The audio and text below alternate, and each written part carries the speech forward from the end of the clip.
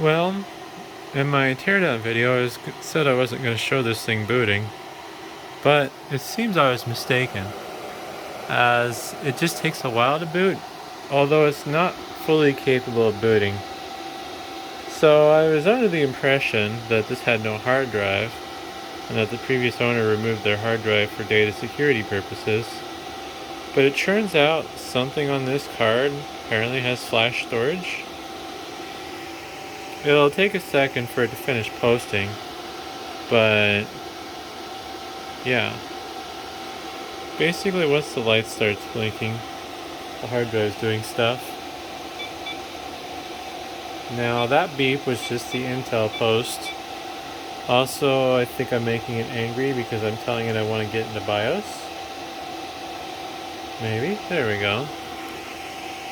So yeah, now we're going to get into BIOS hopefully.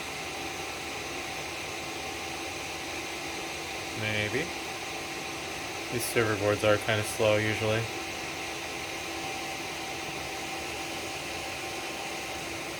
There we are. So it's an S5000 PSL is the official, I guess, model number. And it's running a pair of L5410 Xeons that are apparently dual cores.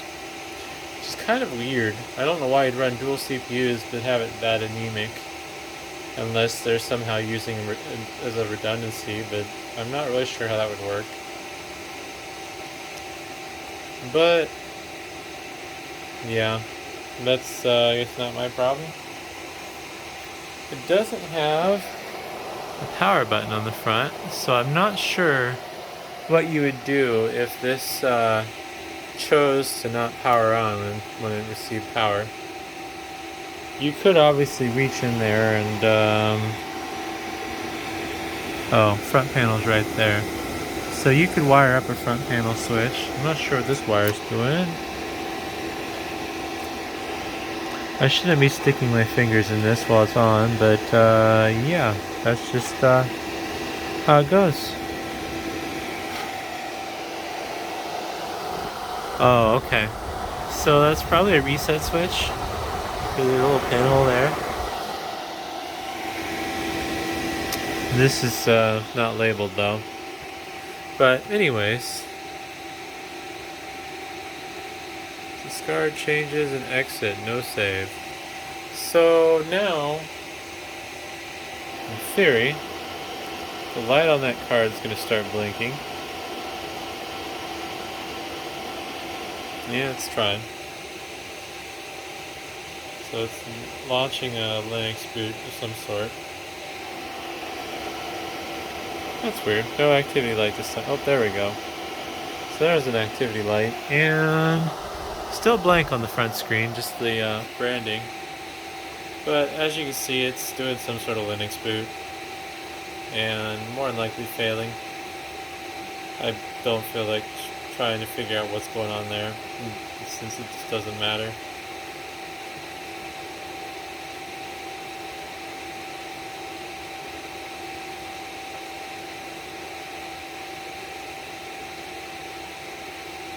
I'm not quite sure what the issue is though either. Like, I don't know if it needs a new firmware flash, or if maybe this cable went to something important. But yeah, it'll do that for a while until finally it gives up, and that's kind of the end of it. So, yeah, unfortunately, this will be a parts repair unit. Luckily, the motherboard appears to be good, so that's, one thing that I don't have to worry about. As for the rest of it, I don't really know what to say. I guess, hopefully whoever buys it, they want it for the motherboard and power supply, and the rest of it won't be a big deal. But, oh, look at that.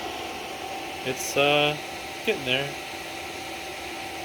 And just, let's see here. There we go. There's the front screen now showing something. Also, that's interesting. The last time I powered it on, the signal lights were on. But I guess I didn't look to see if they disappeared once it was done booting. So, that's a little different. Yeah, there's definitely something wrong. Critical target error, dev SDA sector 31780. So,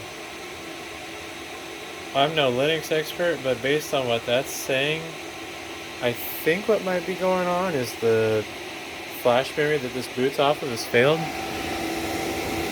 But I don't even really understand where that would be.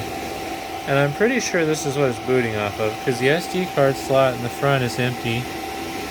And I don't see any like USB devices plugged into anything. There's no USB headers that are being used.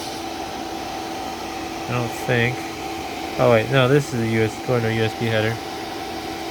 So there's two USB cables here.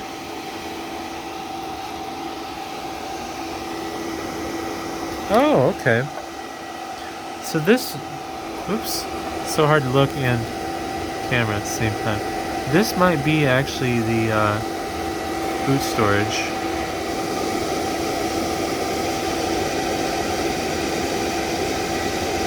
Because this cable here is a USB cable coming off the motherboard. I just assumed that this, oops. I just assumed that this device booted on a hard drive. But I appear to be wrong. Interesting. But unfortunately, nonetheless, this is going to be sold as for parts repair. There's definitely something wrong with the flash storage. It's throwing more errors. There it is. Critical target error, sector whatever. So I think this has hit its maximum reads and writes, and yeah, just not going to boot anymore.